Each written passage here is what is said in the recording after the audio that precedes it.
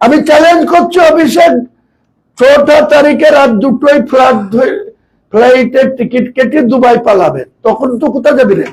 তোর গলা চেপে ধরে তুলে এনে তোকে এই বাবরি মসজিদে কবর দেবো। তোদের মুখে মুছে দিবে 4টা তারিখের পরে, এই অভিষেকই তোদের মুখে মুছে দিবে। দেখে ডাসে তুলছে তো, এরপরে অভিষেক কোথায় থাকবে দেখে নিবি। তোদের বাপের টাকায় বাবরি মসজিদ করছে আমি। মুসলমানদের যারা সাহায্য দিয়েছে তারা যদি আমার কাছে এসে বলে আপনি বাবরি মসজিদ প্রতারণা করেছেন, আমি 100 টাকা দিয়েছি আমাকে ফেরত দেন, এক্ষুনি নিয়ে যাবে। আর মমতা ব্যানার্জি, আমি যতক্ষণ বেঁচে আছি তোমাকে বাংলার মুখ্যমন্ত্রী হতে দেব না, দেব না, দেব না।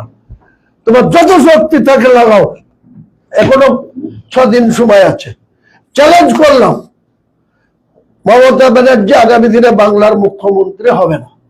কার শক্তি কত বেশি 4টা মে দেখাবো। দাদা ওয়েট করুন না, আরো 2-3 দিন আছে, ওয়েট করুন।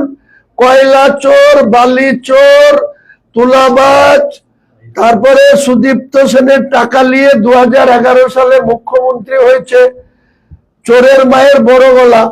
এদের যে আইপ্যাকের আজকে অপেক্ষা করেন, কাল পর্যন্ত প্রতীক জৈনকে যদি বাংলায় পান, প্রতীক জৈনের স্ত্রীকেও ডেকেছে ইডি, তার ভাইকেও ডেকেছে, রাত্রের মধ্যেই যাবে লকআপে। ইডি মমতা ব্যানার্জির আইপ্যাকের কর্ণধারকে অ্যারেস্ট করতে পারছে, আর হুমায়ুন কবির যদি কারোর সাথে টাকা নিয়ে থাকে, হাজার তো দূরের কথা, যদি 1 কোটি টাকা ব্যয় নিলেন, এখানে রাস্তা ধরে ধরে চেকিং করে করে 2 লাখ টাকার উপরে যার কাছে টাকা থাকছে সেটা সিজ করছে। এই মমতা ব্যানার্জি যখন বলছে ও যা উন্নয়ন করেছে, কোরআনের পাতা শেষ হয়ে যাবে, তার উন্নয়ন শেষ হবে না। এই দাঁড়িয়ালা মুসলমানরা, এই মুনাফিকরা, তোরা মমতা ব্যানার্জির সেই প্রতিবাদ করতে পারিস? হারামখোররা, হারামখোর মুসলমান, মমতা ব্যানার্জির চটি চাটা মুসলমান, এই মুসলমানদের মোকাবেলা করার জন্য হুমায়ুন কবির প্রস্তুত আছে। মমতা ব্যানার্জির এত বড় স্পর্ধা, সে কোরআনের সঙ্গে কম্পেয়ার করে নিজের উন্নয়নের। সে বলে যে কোরআনের পাতা শেষ হয়ে যাবে, তাও আমার উন্নয়ন শেষ হবে না, আমার স্কিমের প্রচার শেষ হবে না। এই দাড়িওয়ালা হারামখোর মুসলমান, যারা চটি চাটছিস, যারা মমতার পা চাটছিস, তারা কেন প্রতিবাদ করিস না রে? তোরা হারাম খেয়ে তোরা আল্লাহর সাহায্য পাবি? তোদেরকে কবরের শিখ পুড়ি, রড পুড়ি ছাকা দেবে। তোদের ক্ষমতা নাই, তোরা নিজেরা বাঁচিস। দাড়ি ছুলেই মুসলমান হয় না, হারাম খেয়ে বেড়াচ্ছিস আর হুমায়ুন কবিরের পিছনে লাগছিস। 4টা মে পার হোক, যে কটা দাড়িওয়ালা আমার বিরুদ্ধে বলেছিস, তোদের ওই দাড়ি ধরে তোদের জ্যান্ত পুঁতবো, আমি পুঁতবো। তোরা যত এফআইআর পারিস কর। আর যে আমার বিরুদ্ধে দিল্লি থেকে এসে বেলডাঙ্গায়, বহরমপুরে থেকে এফআইআর করছে, কোথায় কোথায় আছে, কে কে শেল্টারে রেখেছে, তাদের সাথেও বোঝাপড়া হুমায়ুন কবির করবে। শুধু 4টা মে পর্যন্ত যতই রাগ হোক, যতই যা হোক, এটা সহ্য করব। আমি আজকে নতুন করে চ্যালেঞ্জ করলাম, তো হুমায়ুন কবিরকে অ্যারেস্ট করে দেখাক। হুমায়ুন কবির যদি কোনো গলত কাজ করে, কোনো যদি বেআইনি কাজ করে, ভারতবর্ষের সরকার চলছে, পশ্চিমবাংলার সিআইডি আইবি আছে, এখানে এনআইএ আছে, ইডি আছে। ইডি মমতা ব্যানার্জির আইপ্যাকের কর্ণধারকে অ্যারেস্ট করতে পারছে, আর হুমায়ুন কবির যদি কারোর সাথে টাকা নিয়ে থাকে, হাজার তো দূরের কথা, যদি 1 কোটি টাকা ব্যয় নিলেন, এখানে রাস্তা ধরে ধরে চেকিং করে করে 2 লাখ টাকার উপরে যার কাছে টাকা থাকছে সেটা সিজ করছে। 400 কোটি টাকা বাংলাতে গত 1 মাসে সিজ হয়েছে।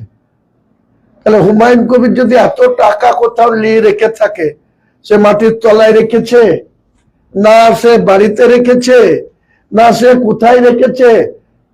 ইন্টেলিজেন্স ডিপার্টমেন্ট কি সব ফেল করে গেল যে হুমায়ুন কবির টাকা নিল? এই বোকা 1 শ্রেণীর মুসলমান আছে, শতকরা 20% মুসলমান বোকা বোকা বোকা। আমি বলছি, যদি সেই বোকারা পারে, তারা যে বুদ্ধিমান সেটা প্রমাণ করুক আমার কাছে। তারা তো শুধু লোকের চটি চেটে বেড়ায়, লোকের হয়ে বোম বেঁধে বেড়ায়। আরে আমি না খেতে পেলেও কেউ যদি আমাকে বলে লাখ টাকা দেবো, আমাকে একটা অসৎ কাজ করতে হবে, আমি যাবো না। কিন্তু বোকা মুসলমানদের একটা অংশ তো এই করে বেড়ায়, নিজের জীবনকে তুচ্ছ করে বোম বেঁধে বেড়ায়, বেআইনি কাজ করে বেড়ায়, হিরোইন খেয়ে বেড়ায়, গেঁজা খেয়ে বেড়ায়। হুমায়ুন কবির একটা বিড়ি সিগারেট খায় না, আর তার বিরুদ্ধে এত উল্টো পাল্টা অপপ্রচার। মমতা ব্যানার্জি সিআইডি আইবি শুধু সরাসরি না পেরে শুধু এক শ্রেণীর মুসলমানকে দিয়ে আমাকে গাল দেওয়া, এই যে কটা দাড়িওয়ালা আস্ফলন করছে, দাড়িওয়ালাদের আগে আমি শায়েস্তা করব, দেখে আমার মোকাবেলা কি করে করে।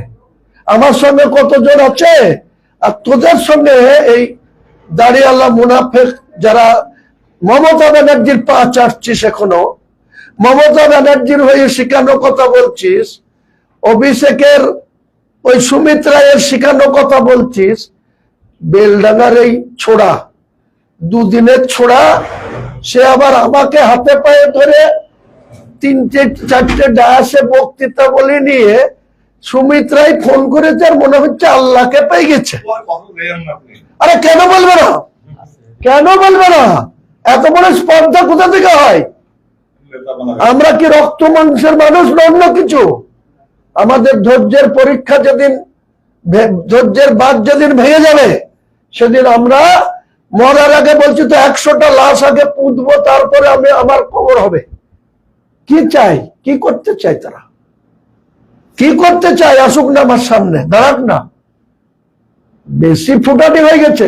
সুমিত রায় ফোন করেছে, আর মনে হচ্ছে যেন একবারে বাপ পেয়ে গেলাম, বাপের কথাই যা খুশি করব। আমি তো তোর বাপ মা দাদু দাদি সবাইকে চ্যালেঞ্জ করি রে, তোরা আবার আস্ফালন করে বেড়াচ্ছিস যে হুমায়ুন কবির খারাপ লোক, তোরা কত ভালো, তোদের কত গুরুত্ব, তোদের মুখে মুছতে দিবে 4 তারিখের পরে, এই অভিষেকই তোদের মুখে মুছতে দিবে। দেখে ডায়াসে তুলছে তো, এরপরে অভিষেক কোথায় থাকবে দেখে নিবি। আমি চ্যালেঞ্জ করছি, অভিষেক 4 তারিখে রাত 2টোয় ফ্লাইটের টিকিট কেটে দুবাই পালাবে, তখন তো কোথায় যাবি রে? তোর গলা চেপে ধরে তুলে নিয়ে তোকে এই বাবরি মসজিদে কবর দেবো, দেখি তোর কোন বাপ তোকে আটকিলে। হাতির 5 পা দেখেছো তোমরা? ওখানে পুঁতবো, তারপরে হুমায়ুন কবির 101কে কবরে যাবে, তার আগে না।